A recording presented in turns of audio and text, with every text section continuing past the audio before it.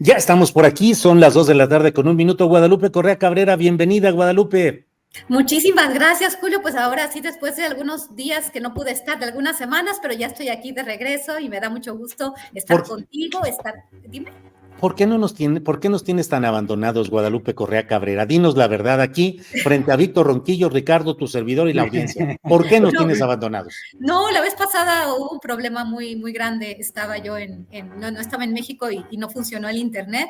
Y bueno, el día primero pues estaba viajando y no podía estar aquí, pero bueno, ya estamos aquí y muy contenta de estar con mis grandes amigos, colegas, porque admiradísimos contigo, con Víctor Ronquillo y con Ricardo Ravelo. Es un placer estar con ustedes de nuevo. Gracias, Guadalupe. Ricardo Ravelo, buenas tardes. ¿Qué tal, Julio? Buenas tardes. Como siempre, un placer acompañarte los jueves. Saludo a Guadalupe, que ya está otra vez con nosotros en la mesa, a Víctor y a la audiencia. Gracias, Ricardo. Víctor Ronquillo, buenas tardes. Hola, buenas tardes. Pues aquí estamos desde la bella Sayula, disfrutando de unas vacaciones, muy contento y bueno, pues también muy contento de participar en la mesa, a la que realmente creo que coincidimos los cuatro, pues yo no veo como una chamba, ¿no? Yo la veo francamente como un espacio donde discutimos, reflexionamos, pero algo que a mí en lo personal me parece enormemente placentero, la A mí verdad de las también. cosas. Y bueno, pues muchas gracias al público, ¿no? Que es el que permite que hagamos todo esto, y a ti, Julio, pues por construir este sistema, este aparato, esta plataforma, como lo queramos llamar, en donde, como lo decías hace un minuto, pues creo que lo determinante es la libertad. Y bueno, yo también reivindico ese lado placentero que para mí representa los jueves a las 2 de la tarde participar en este espacio, maestro. Muy bien, Víctor, gracias. Guadalupe, Ricardo, Víctor, les invito a que entremos con el análisis de este tema delicado que es el relacionado con la respuesta que han dado padres y madres de los 43 ante el reporte oficialmente así titulado del presidente López Obrador a ellos mismos. Entiendo que este mismo documento ampliado va a ser leído en el acto del próximo 26 de julio. Ya saben ustedes que cada mes se realiza una manifestación, marcha para señalar lo que hay de avances o no en este tema. Entonces el próximo mañana 26, habrá de ser leído hasta donde entiendo ahí eso y más. Y por otra parte será parte de lo que se diga como respuesta formal ante el presidente López Obrador en la reunión del próximo 29. Pero en fin, Guadalupe, ¿cómo ves todo este tema? ¿Qué te llama la atención? ¿Qué destacas, Guadalupe? Sí, Julio, pues es un tema que hemos estado discutiendo desde que inició, bueno, desde que esto sucedió, ¿no? Hace casi 10 años que tenemos que celebrar esta masacre, esta tragedia, y bueno, con una mentira histórica que se sigue reproduciendo. Hemos sido muy enfáticos, ¿no? En la falla que ha tenido el gobierno de la Cuarta Transformación, en pues dar a conocer realmente lo que sucedió, que fue una promesa de campaña, fue una de las principales promesas al inicio del gobierno de la Cuarta Transformación. Después de que el grupo interdisciplinario de expertos independientes pues regresa otra vez a hacer esta investigación, presenta los reportes y realmente confirma una versión que involucra al ejército mexicano y obviamente al gobierno en los distintos órdenes, ¿no? Esta idea de fue el Estado, que también discutimos en este espacio, ¿fue el Estado o fue el gobierno de Enrique Peña Nieto? ¿Y cómo fue esta masacre, estos eventos, ¿no? El problema aquí también se politiza, ¿no? Y se presenta, obviamente, muchas veces, muchos actores también toman ventaja de una tragedia y de una falta de hacer, en realidad, el gobierno de la Cuarta Transformación, de hacer efectiva una promesa para los padres, para las víctimas y para el pueblo de México, porque el pueblo de México realmente sufrió esta masacre, porque si les pasa a estos estudiantes, cualquiera está a merced, ¿no? No solamente de la delincuencia organizada, sino del aparato estatal e inclusive de las Fuerzas Armadas. ¿Por qué? Porque las investigaciones nos apuntan para acá. Y esta carta, digamos, yo creo que este cierre, ¿no? Porque eso es un cierre. Yo lo veo como el cierre del presidente, termina su sexenio y así termina. Termina apoyando al ejército y estableciendo claramente que los culpables son otros, que las narrativas son de otras, que es Emilio Álvarez y Casa, que es Lea Limón, que es Estados Unidos, que son las agencias que operan bajo este paraguas de Estados Unidos, que lo que le interesa es debilitar a las Fuerzas Armadas mexicanas. De alguna forma, se meten en todo este cóctel intereses y obviamente gente como Emilio Álvarez y Casa, que obviamente representó, ¿no?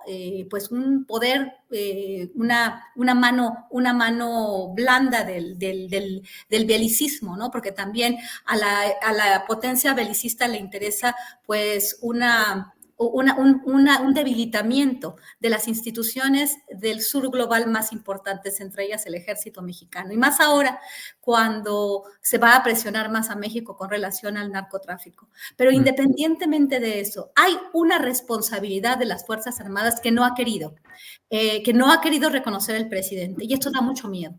Da mucho miedo que le den carpetazo a un asunto y que no se continúe esta investigación independientemente de las agendas obscuras de la oposición, de las agendas obscuras de estos personajes que se han operado dentro de un sistema internacional que siempre ha favorecido a los imperios y en este caso en especial a los Estados Unidos. Y esto, obviamente, que el ejército mexicano continúe, las Fuerzas Armadas en México tengan esta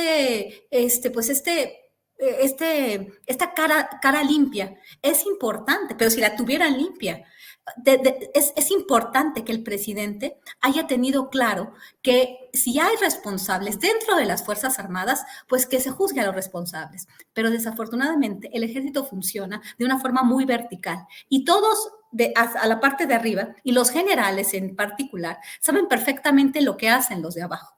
Entonces, esta fue una operación que me da la impresión, y nos ha dado a todos la impresión, que fue del conocimiento del presidente de la República, de secretarios de Estado, obviamente de los gobiernos a los distintos niveles y de los generales que estaban a cargo de esto, inclusive del delegado, que ahora va a ser el próximo secretario de seguridad, aunque pues su versión trata de lavarse las manos. Pero García Harfuch, que era el comisario de la Policía Federal. Exactamente. Y entonces todo el mundo se lavó las manos y entonces el presidente lo que quiere hacer es poner en el ojo público y con unos niveles de legitimidad, de aceptación pública, donde todo es el PRIAN, donde todos son sus enemigos políticos y en una tragedia donde hay víctimas, donde hay personas que todavía siguen buscando a los desaparecidos en Ayotzinapa, a los 43 estudiantes de la normal rural en Ayotzinapa. Entonces, realmente es un fracaso tremendo del gobierno de la Cuarta Transformación que nos apunta a seguir protegiendo al ejército, que ha avanzado en una capacidad impresionante y que nos pone en entredicho el papel de los generales. ¿Qué es lo que buscan los generales y qué tipo de presión pueden ejercer sobre el presidente de la República y sobre la futura presidenta del país? Porque aquí todos hacen mutis. Todos y cada uno del gobierno de la Cuarta Transformación han hecho mutis en el tema de una investigación que ha puesto de cualquier forma al ejército, como a miembros del ejército como responsables, algunos de los responsables de esta tragedia. Bien, gracias, Guadalupe. Sobre este tema, Víctor Ronquillo, ¿qué opinas del reporte? No agrego más, ahí están los hechos y los dichos sobre la mesa. ¿Qué opinas, Víctor Ronquillo? Bueno, me parece, por lo menos, y es una manera muy suave de decirlo, inadecuado. Y obviamente muestra, pues, definitivamente los claroscuros de un proceso que estamos viviendo. Yo lo he mencionado en muchas ocasiones. Si hay un espacio donde permanecen las rémoras del poder y del régimen, es sin duda en las Fuerzas Armadas y en los aparatos de inteligencia de este país. Estoy de acuerdo con lo que has mencionado en varias ocasiones, Julio. La exigencia es de verdad y justicia, y a eso nos debemos sumar. Y a mí me parece que este reporte, entrecomilladamente, presentado por el presidente Andrés Manuel López Obrador deja mucho que desear. Además, el reporte, bueno, pues el reporte a lo mejor lo puede presentar Víctor Ronquillo, ¿no? Pero el presidente del país, en calidad de presidente y con el compromiso que adquirió para esclarecer estos hechos, falta a su palabra. Hay que reconocerlo y hay que decirlo, porque al final de cuentas, si no reconocemos estas cosas, pues lejos estamos de avanzar en un proyecto de auténtica transformación de este país y sobre todo de erradicación de estos grupos fácticos de poder enquistados en estas áreas que he mencionado. El texto es francamente deplorable. Yo dudo mucho que Andrés Manuel López Obrador lo haya escrito. Sin duda pasó por su revisión, por su corrección, pero es un texto incluso con algunos errores sintácticos. Yo quiero mencionar lo siguiente antes de pasar a elementos centrales. Mira, dicen los padres de los 43 desaparecidos de Ayotzinapa y dicen con verdad, con justicia, con mucho dolor, nos ha mentido, nos ha engañado y traicionado. Esto me parece que es enormemente doloroso para Andrés Manuel López Obrador, o debería serlo. Por otra parte, yo quiero reconocer el trabajo que han realizado a lo largo de estos años instancias defensoras de derechos humanos, como el Centro de Derechos Humanos Miguel Agustín Pro, como el Centro de los Derechos Humanos Tlachinolan, personajes como Vindulfo, que ha sido el abogado que ha dado la vida y que se ha entregado en favor de esta causa y que incluso, hay que decirlo, ha tenido un papel en ocasiones muy difícil al frente de estos padres que en ocasiones, bueno, pues se han desesperado ante esta realidad.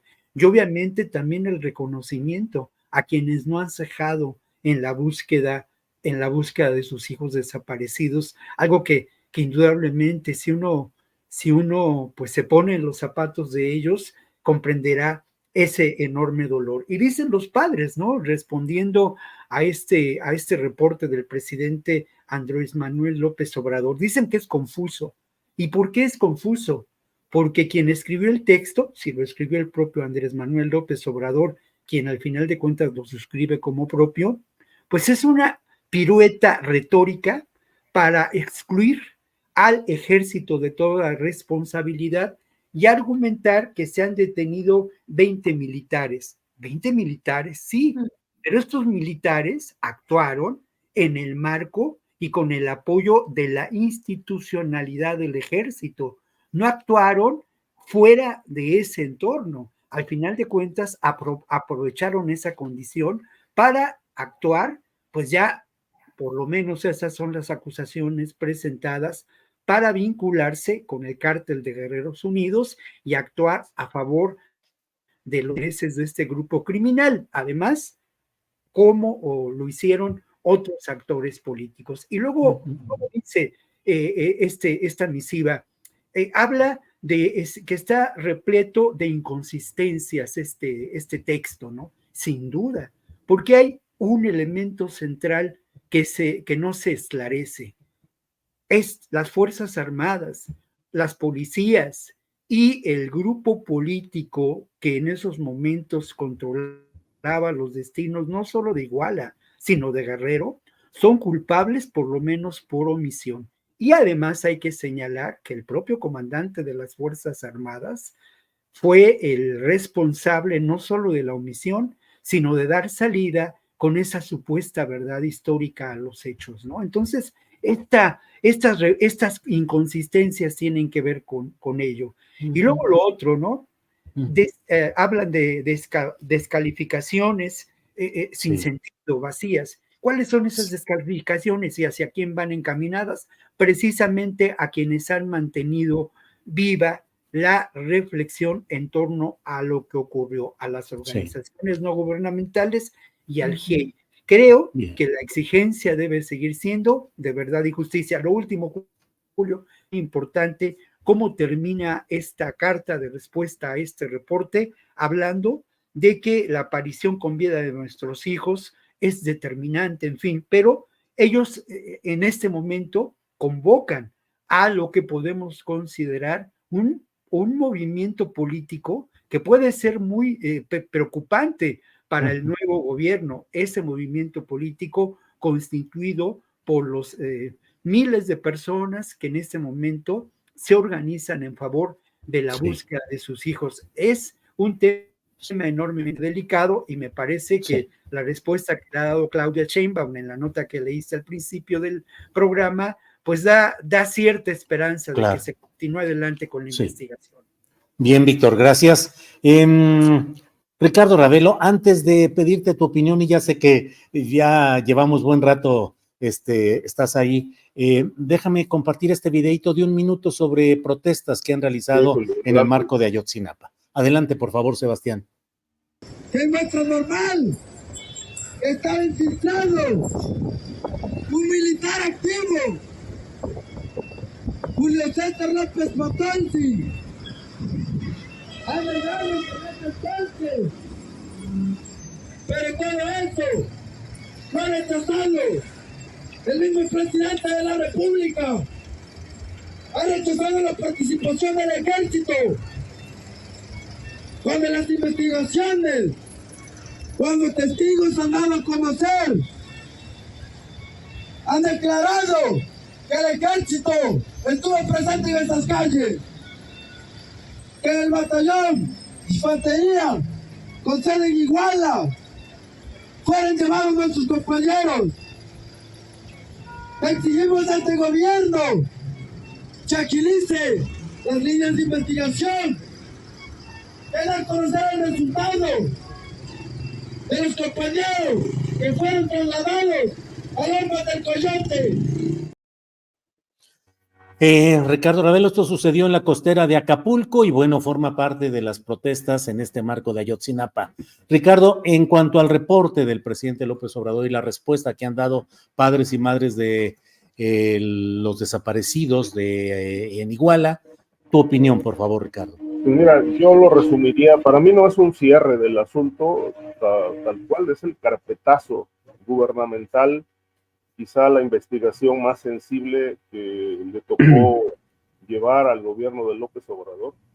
Con esto prácticamente sepultan el asunto y tiene todo ese tinte, ¿no? Además de lo que ya expusieron mis compañeros detalladamente, ¿no? Las inconsistencias, incluso hasta contradicciones, porque, por ejemplo, en una parte el presidente habla de que no tiene duda de que fue un crimen de Estado, pero exculpa al ejército mexicano, es decir, a los miembros de la milicia, no obstante que hay 20 militares procesados, entre ellos dos generales y 2 oficiales medios, que según dice el presidente, pues fueron apresados precisamente por su presunta participación, ya por omisión o por participación directa en el caso de la desaparición y muerte de los 43, pero que a la vuelta del tiempo y con base en las investigaciones, pues no han encontrado.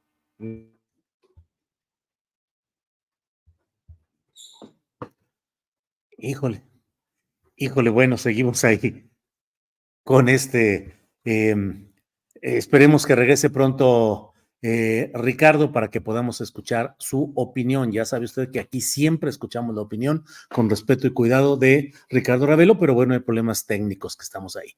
Guadalupe Correa Cabrera, para ir pasando a otro tema porque si no nos vamos a llevar el programa con un solo asunto que es muy importante, pero hay también muchos otros. En particular, Guadalupe, ¿qué opinas de lo que hemos estado escuchando de las posturas del candidato a la reelección presidencial Donald Trump y su candidato a la vicepresidencia Vance, particularmente de que puede haber ataques armados contra grupos del crimen organizado en México, porque México no tendría la capacidad y estaría pasmado su gobierno ante la fuerza de grupos criminales que en 2 minutos podrían derrocar o podrían tumbar a un presidente? ¿Qué te parece toda esta, por una parte, las palabras que sí están en campaña, que sí forma parte de una necesidad de discursos de ese tipo, pero por otra parte, ¿qué tanto pueden estar preparando un terreno para acciones de ese tipo. En fin, tu opinión, por favor, Guadalupe. Sí, muchas gracias. Eso lo comentamos también en el noticiero de Marta Olivia hace un par de días. Sí.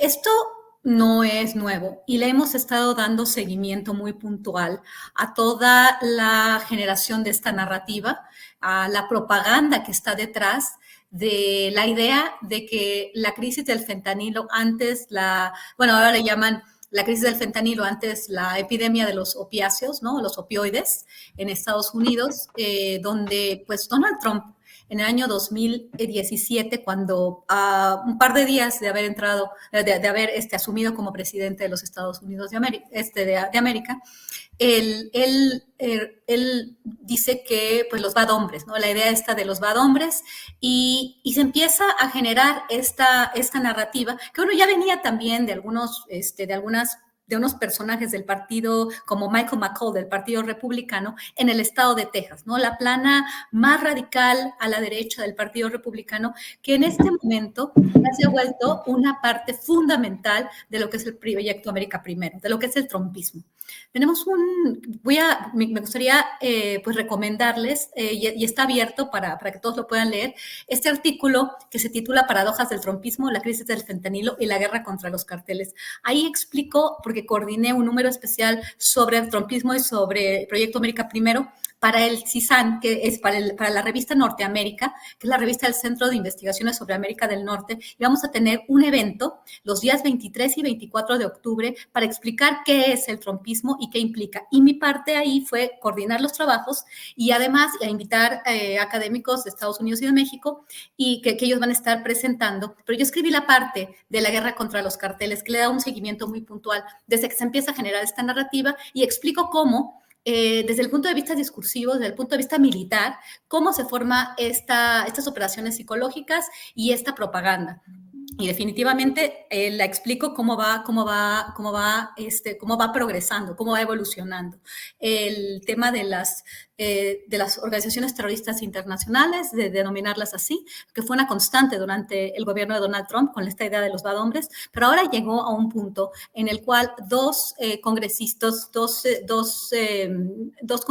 estadounidenses, uno de Florida, uno de Texas, pues plantean esta necesidad de declarar la guerra contra los carteles y definitivamente, yo menciono en ese artículo, antes de que J.D. Vance fuera denominado el candidato a vicepresidente, en la misma fórmula que Donald Trump para el Partido Republicano, en este artículo que publico, pues se menciona a J.D. Vance.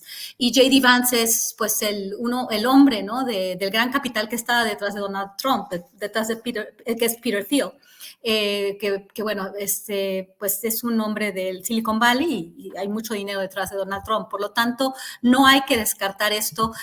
Retomo de todo el 2003, después del Estado de la Unión de Joe Biden, donde habló de unidad, empieza con todo, pero con todo, retomar esta idea de la guerra contra los carteles, que es realmente va más allá de las organizaciones terroristas internacionales, de denominar a lo que ellos llaman carteles mexicanos, sino de vincular la muerte de estadounidenses, que ya cada uno de estos años, estos últimos 3 años, ha sobrepasado cada uno de estos 3 años los 100,000 personas por sobredosis. Entonces lo vinculan simplemente a una idea de carteles y toda la plana mayor del Partido Republicano, empezando por William Barr en su artículo del Wall Street Journal, obviamente Nikki Haley, el señor DeSantis, y toda la plana mayor del Partido Republicano, junto con el discurso de Donald Trump, ¿no? J.D. Vance lo refuerza y ahora lo estamos viendo, ¿no? Hubo un reportaje en la revista Rolling Stone, donde dice que él va a mandar grupos especiales de asesinos para ir contra los carteles, ¿no? Sí. Con esto, ¿qué es esto? O sea, realmente si ustedes leen esto, porque yo retomo toda la cobertura del 23 hasta ahorita, y ahorita ya se está magnificando, porque ahora sí, la fórmula Trump-Vance están hablando sobre eso. Lo dijo ayer, lo dijo antier, y están hablando de tener strikes, ¿no? De tener, no solamente de mandar al ejército estadounidense a territorio mexicano, sino de bombardear a los carteles mexicanos, que implicaría declarar una guerra contra México, y también de bombardear comunidades mexicanas, porque ¿de qué estamos hablando cuando hablamos de carteles? Porque para ellos todos los grupos criminales en México se pueden llamar carteles, ¿no? Y esto es una cosa peligrosísima. Mucha gente dice que no va a ser cierto, pero yo estoy muy preocupada porque estoy viendo que es una constante y que ya es parte del proyecto de América Primero. Uno de los fundamentos más importantes del proyecto de América Primero es enfocarse en la frontera. Antes fue el muro, ahora es la guerra contra los carteles y obviamente la guerra contra el fentanilo, la crisis del fentanilo. No sabemos, porque también Estados Unidos está librando guerras de manera indirecta. Hablamos de Ucrania, hablamos de Medio Oriente y también probablemente vamos a hablar de Taiwán, ¿no? En esta pérdida del espacio, de la hegemonía de los Estados Unidos, pues sí es una posibilidad y cada vez me preocupa más porque no parece ser simplemente pues una rabieta de un presidente, sino ya es un movimiento.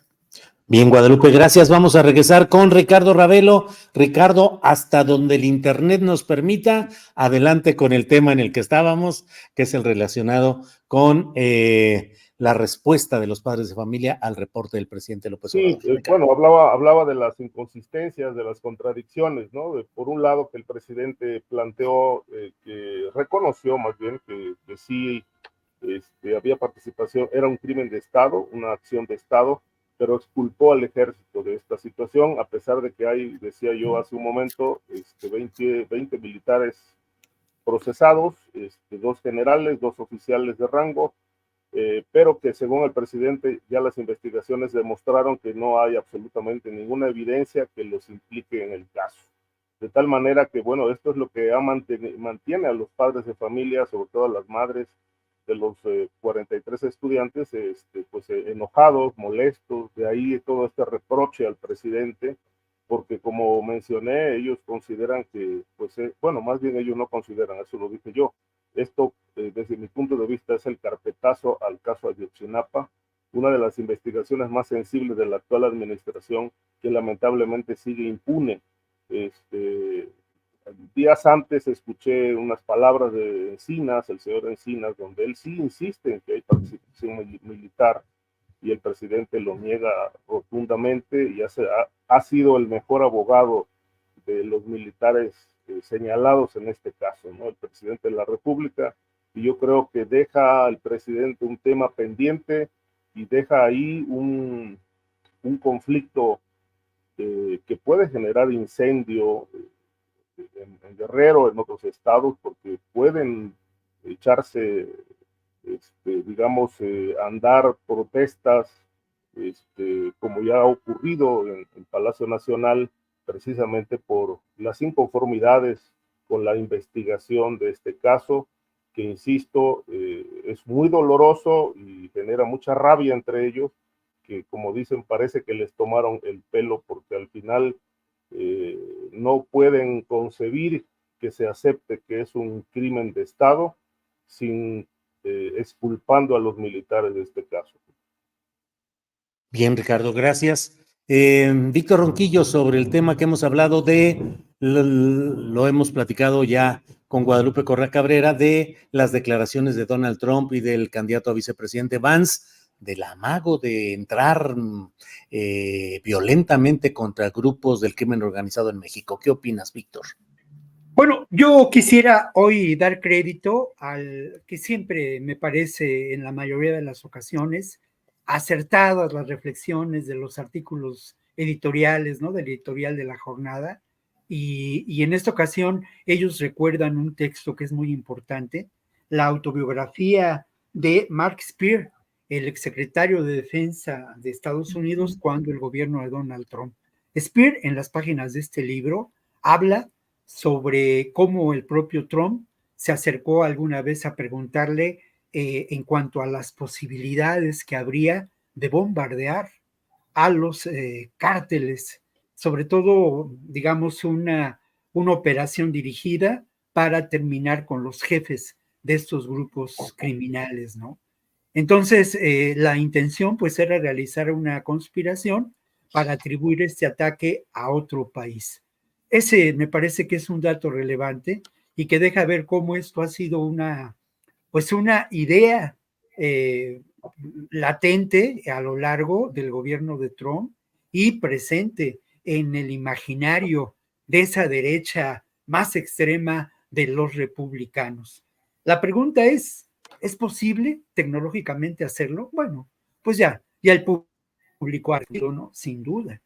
Los ataques a partir de drones realizados en Irán, en Irak mismo, por parte del gobierno de Estados Unidos, fueron tristemente eficaces.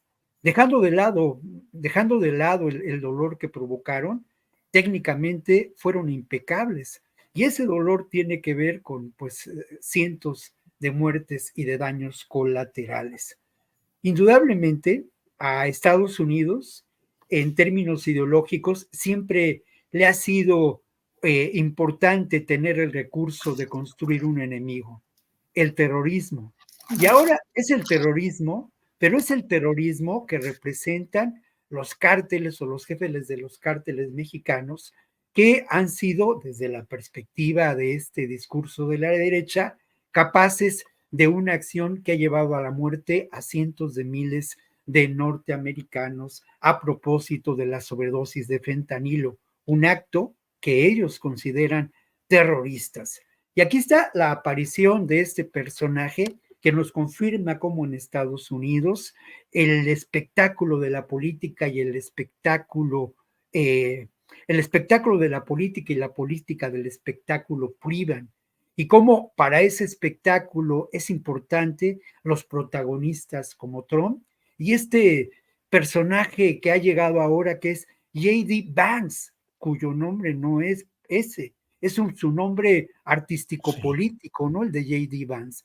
Y este personaje en muchas ocasiones ha hablado precisamente de llevar adelante lo que podemos considerar una invasión a la frontera de México y Estados Unidos para contener a la migración y obviamente contener al tráfico de indocumentados. Y lo hemos dicho otras veces, obviamente la frontera de México es un punto geopolítico determinante para intentar restablecer el control o fortalecer el control establecido por Estados Unidos de nuestro continente. Es determinante. Y económicamente no hay que olvidar que los 4 estados de Estados Unidos y los 6 estados fronterizos de México representan en conjunto ni más ni menos que la 4ª potencia económica mundial.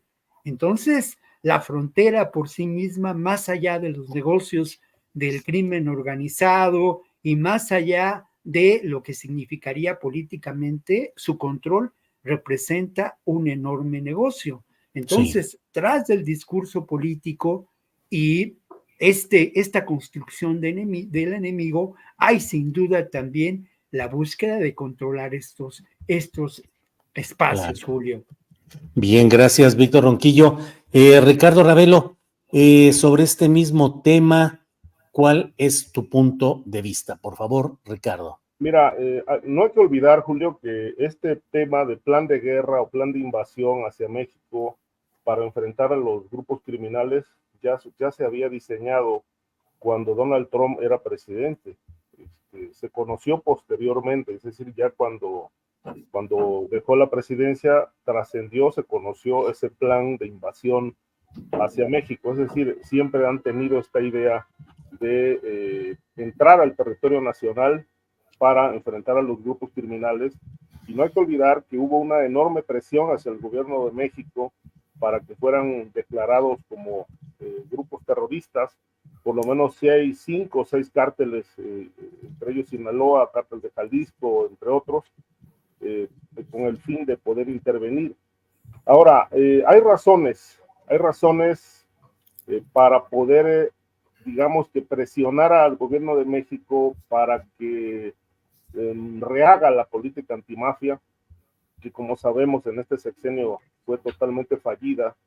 y creo que Claudia Sheinbaum, ahora que tome posesión, pues tendrá que rediseñar la política anticrimen, porque así como está hasta ahora, pues ha sido totalmente ineficaz. Le faltan demasiados brazos, le faltan demasiadas patas, le faltan demasiadas dientes a toda esta estrategia anticrimen, que me parece que es la causa central de todo el desbordamiento de la violencia. Ahora, con respecto al tema del fentanilo, la gran preocupación de Estados Unidos, el otro día leía yo un dato que me parecía sorprendente, que la mayor parte del fentanilo se procesa en la Ciudad de México. Por lo menos en los últimos 6 años se han asegurado 7,000 toneladas de fentanilo en la Ciudad de México. Pero la gran pregunta, bueno, si se han asegurado 7,000 toneladas en 6 años, ¿cuántas han cruzado Estados Unidos? Y bueno, hay toda una operación que parte de la Ciudad de México, cubren hacia Sinaloa, Sonora, Baja California y luego cruzan a Estados Unidos. Pero los precursores llegan a la Ciudad de México procedentes de Asia a través de 4 aeropuertos: el aeropuerto Benito Juárez, el de Puebla, el AIFA y Toluca. Es decir, esa es la razón de esta narcodinámica en la Ciudad de México, que aparentemente no se ve, pero sí lo reportan las estadísticas, ¿no? De tal manera que, bueno, pues aquí, más allá de invasiones o de violación de soberanías, yo creo que tendrá que establecerse una política de entendimiento. Ahora, Estados Unidos, pues juega el doble lenguaje, ¿no? La doble moral. Por un lado, diseña o pretende diseñar esta nueva administración de ganar la presidencia en noviembre, un plan de invasión a México. Por el otro lado, están liberando capos que ni siquiera han cumplido la totalidad de sus sentencias. Es el caso de Tomás Yarrington, ya liberado 24 meses antes de que cumpliera su sentencia, y Osiel Cárdenas Guillén, después de haber negociado con ellos información y entrega de dinero, pues los liberan. Entonces, pues, ¿cuál es realmente la política seria de Estados Unidos con respecto a las drogas? Por un lado pretende invadir a México, por el otro lado negocia con capos para liberarlos. Bien, gracias, Ricardo. Sí, Guadalupe, adelante, por favor. Muchísimas gracias. Sí, quisiera hacer también una nota, quisiera hacer alguna puntualización con relación a la narrativa y a las investigaciones formales en México y en los Estados Unidos.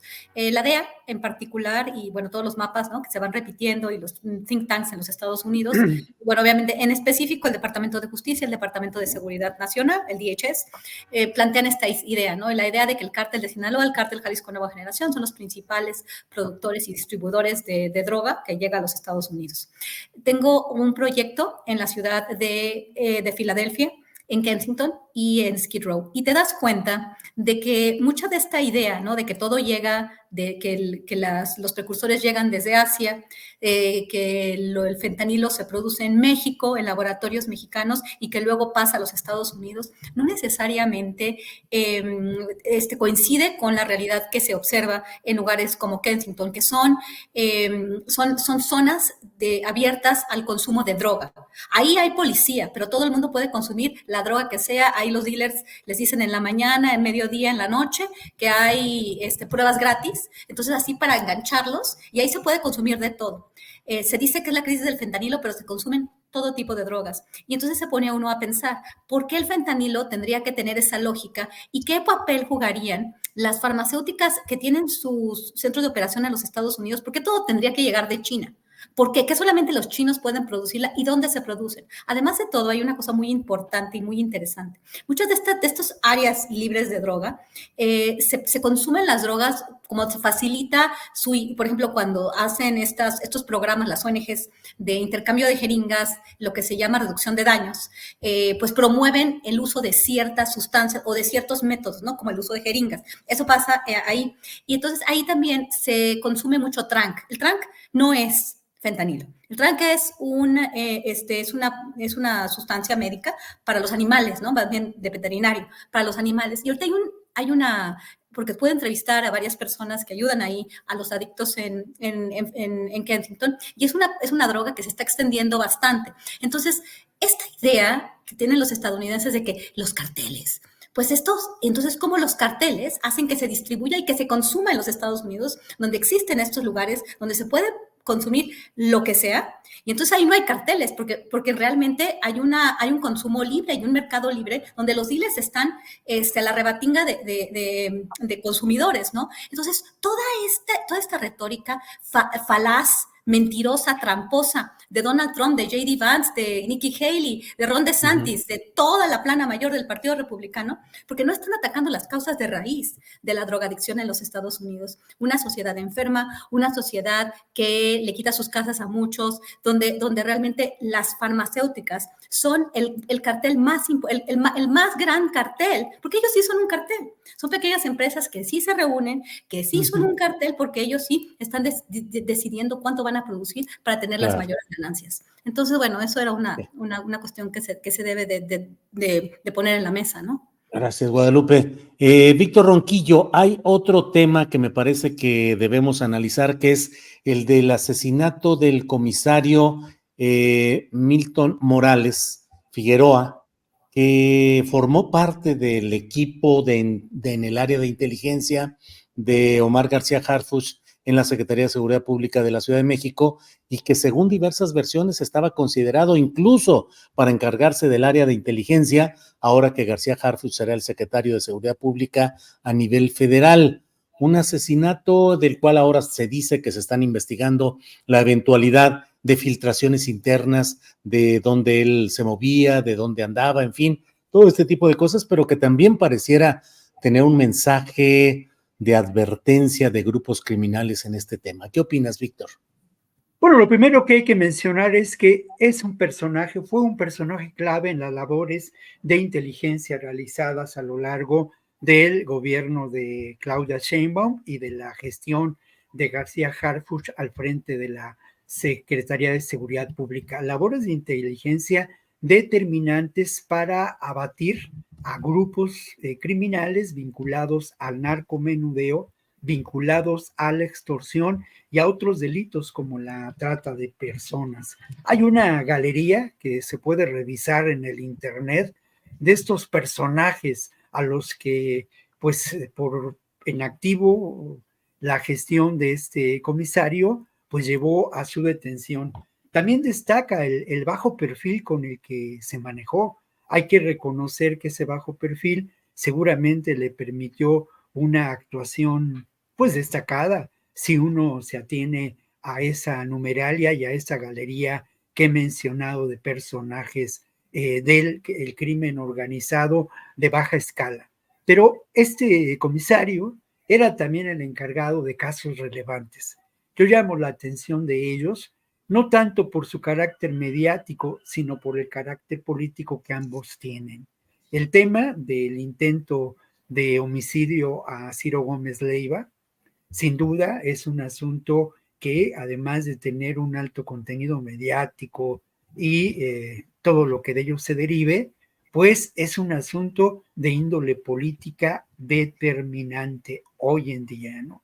Se detuvo ya a quien al parecer es el presunto organizador de esta operación criminal, al sicario que disparó en contra de Ciro, pero no se ha detenido ni se ha hablado de los posibles autores intelectuales y de los posibles móviles, más allá de victimar a Ciro Gómez Leiva, sin duda un personaje incómodo para el régimen de Andrés Manuel López Obrador o para el gobierno de Andrés Manuel López Obrador. El otro caso relevante que tiene también un carácter indudablemente político es pues entre comillas, atentado sufrido por Alessandra Rojo de la Vega. No hay que olvidar que en estos momentos se está realizando se realizará el conteo de algunas de las casillas en una alcaldía que está altamente vinculada al crimen organizado, a lo que corre en los bajos fondos de esta ciudad.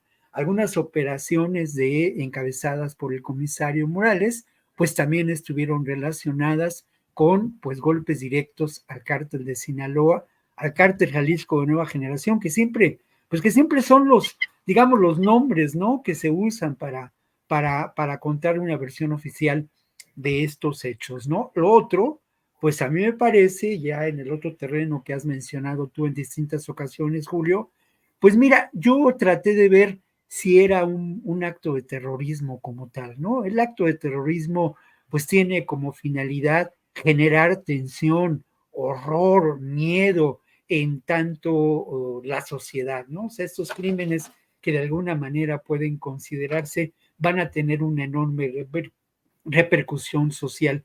Creo que no es el caso, pero sí es el caso de un posible mensaje a García Harfuch y al grupo que encabezará la Secretaría de Seguridad Pública. No hay que olvidar que la Secretaría de Seguridad Pública en funciones en el próximo sexenio dependerá en sus atribuciones y su gestión de acciones, sí, pues del ejército, y que claro, la inteligencia le quedaría al propio García Harfuch. Creo que este es un filón interesante para entender que esto pudo ser no solamente un mensaje, sino para abatir a alguien que sin duda fue capaz de contener en buena medida a la criminalidad en la Ciudad de México vía las tareas de inteligencia policial. Bien, Víctor, gracias. Ricardo Ravelo, ¿qué opinas de este tema del comisario ejecutado y del mensaje o no hacia nuevos mandos federales en materia de seguridad? Ricardo. Bueno, el mensaje es claro, ¿no? Yo creo que ahí hay un mensaje que, pues, García Harfuch debe de leer con mucha atención. No hay que olvidar que, pues, él ya fue también, ya atentaron contra él hace un par de años, presuntos miembros del cártel de Jalisco en pleno centro de la Ciudad de México. Era su brazo derecho, el responsable de las áreas, todas las tareas de inteligencia. Sí llevaba a cabo investigaciones sensibles, el caso Ciro, también había investigaciones y labor de inteligencia contra cabecillas de grupos criminales que operan en la Ciudad de México, entre ellos el cártel Unión Tepito, entre otros.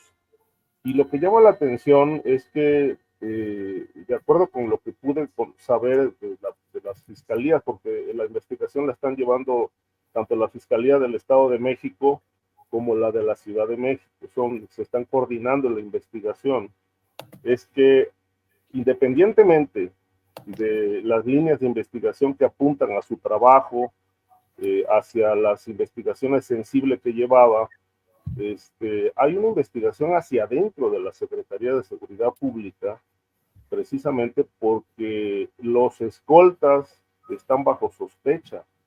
Es decir, el día que mataron a Milton, que fue el día 21, domingo, más o menos como a las 11:35 de la mañana, pues él tomó su vehículo hacia la casa de su suegra en Coacalco, se detuvo en una pollería, según la versión oficial, pero él desde hacía días, según las autoridades, había estado seguido por sus asesinos. Y ese día, este grupo de sicarios tenía conocimiento de que no iba escoltado. Entonces las autoridades sospechan de que pudo haber sido una filtración de adentro de la propia secretaría para que los sicarios le hicieran un seguimiento ese día hasta el lugar donde llegó. Y obviamente ahí cuando lo vieron que descendió en una pollería, pues uno de los sicarios se bajó y le descargó ahí varios disparos. Entonces ya los escoltas fueron citados a declarar. Y bueno, por eso digo que es interesante, es decir, se puede sospechar de una posible traición, de que los escoltas lo pusieron. ¿Por qué no fueron ese día? Siendo un funcionario tan relevante y de alto rango y con responsabilidades tan elevadas, resulta un poco creíble que ese día no llevara escoltas. Es decir, no me parece lógico que él, conociendo bien los riesgos de su trabajo, se haya ido solo a la casa de su suegra el domingo 21. Entonces, esta parte de la investigación sí me llama mucho la atención, porque es una investigación interna, es decir, al margen de las tareas que llevaba, hay una investigación adentro de la propia Secretaría por una posible filtración de información. Bien, Ricardo, gracias. Sobre este tema, Guadalupe Correa Cabrera, ¿qué nos dices? Bueno, es un gran tema, es muy importante y bueno, ha habido toda una serie de hipótesis. Yo pienso que es fundamental que el gobierno mexicano dé una respuesta y pueda identificar claramente a los responsables del móvil y que nos den una historia creíble, ¿no? ¿Por qué? Porque esto es muy grave. Estamos hablando de pues del hombre fuerte, de alguna forma, de la seguridad para Claudia Sheinbaum, o así se quiere ver, ¿no? Tuvo buenos resultados, sí, supuestamente, bueno, no supuestamente, sufrió un atentado donde se pegaron como, 400 tiros, ¿no? Y el señor no salió ileso, pero finalmente pues está vivo. Supuestamente fue el cártel Jalisco Nueva Generación. Las explicaciones siempre causan un poco de sorpresa, más bien cuando se habla del cártel Jalisco Nueva Generación operando en la Ciudad de México. Pero finalmente, Omar García Harfuch hizo un papel muy importante en temas de reducción en el nivel de homicidios y los crímenes de alto impacto.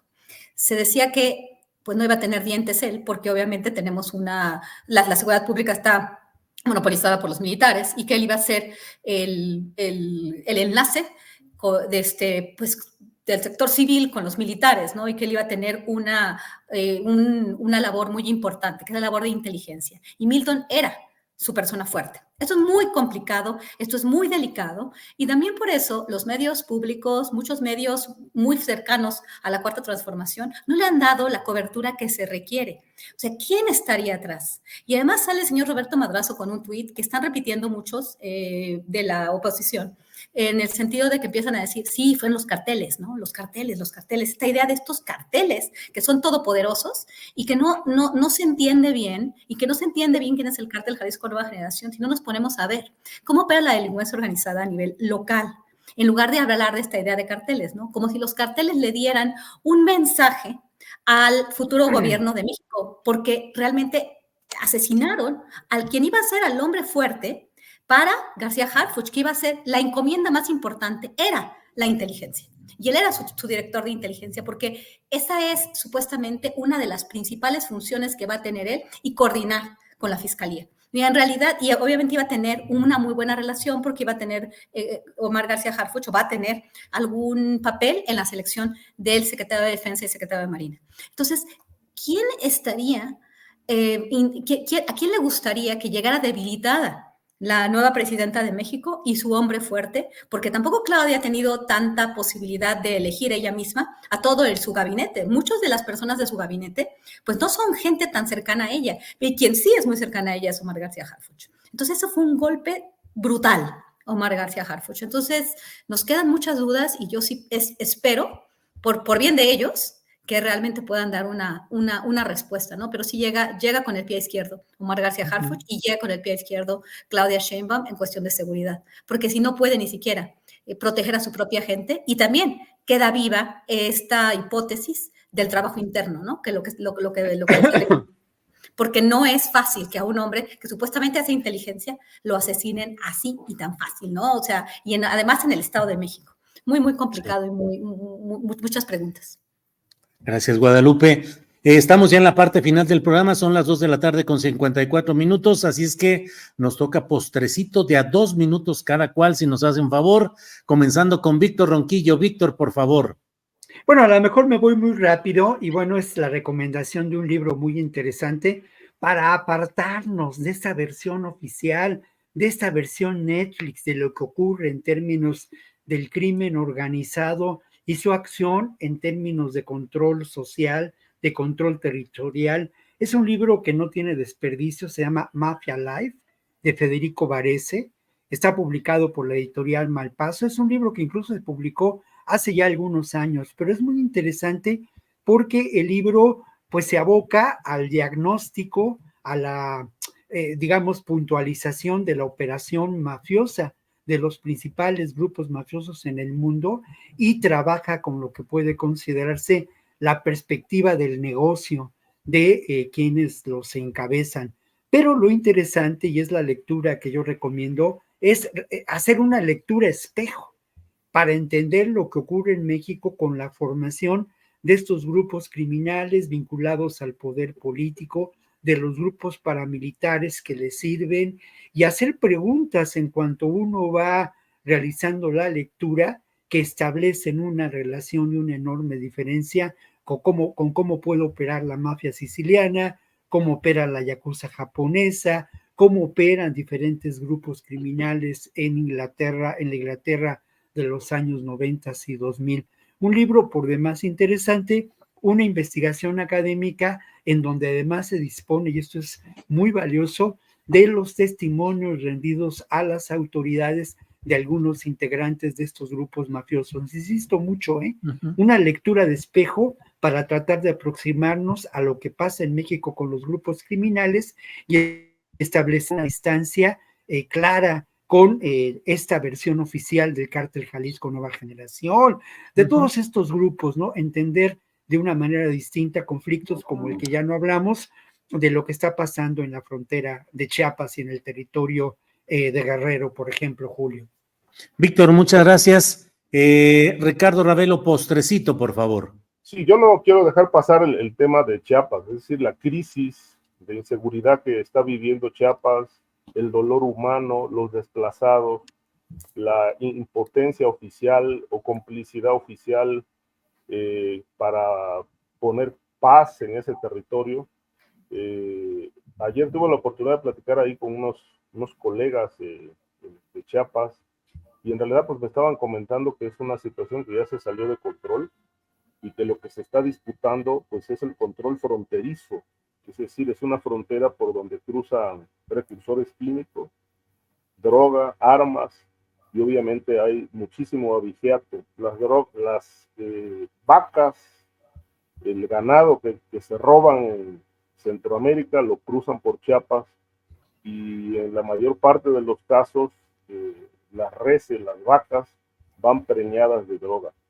Entonces, pues esta es la disputa territorial que se agudizó hace 2 años, es decir, estaba el cártel de Jalisco, luego llega Sinaloa, Jalisco sufre una ruptura con la gente que estaba operando en Chiapas y ellos mismos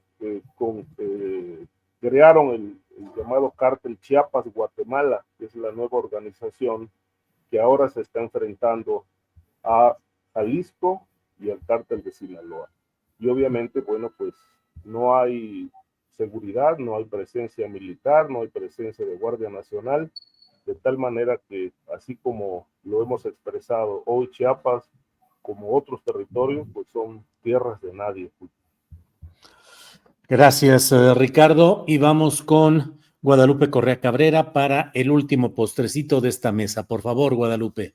Sí, bueno, yo quería hablar de la liberación de pues estas 2 personas, ¿no? Que sucede en un momento muy complicado, donde supuestamente también podría decirse que va a volver a renacer el cártel del Golfo, ¿no? Porque así fue con el cártel de Caborca y bueno, la liberación de su líder principal, ¿no?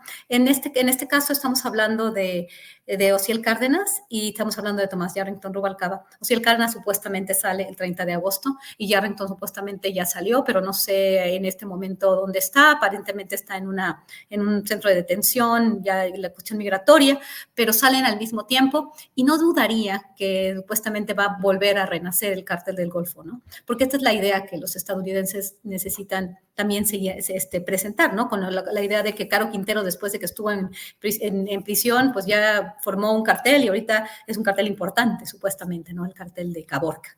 Y esto puede ser, vamos a tener mucho cuidado qué es lo que está sucediendo. Es bien interesante que la DEA plantea como los carteles para ellos son Sinaloa y son el cártel Jalisco Nueva Generación. Y del cártel del Golfo no se habla, pero la droga sí pasa por el Golfo y sigue pasando por el Golfo.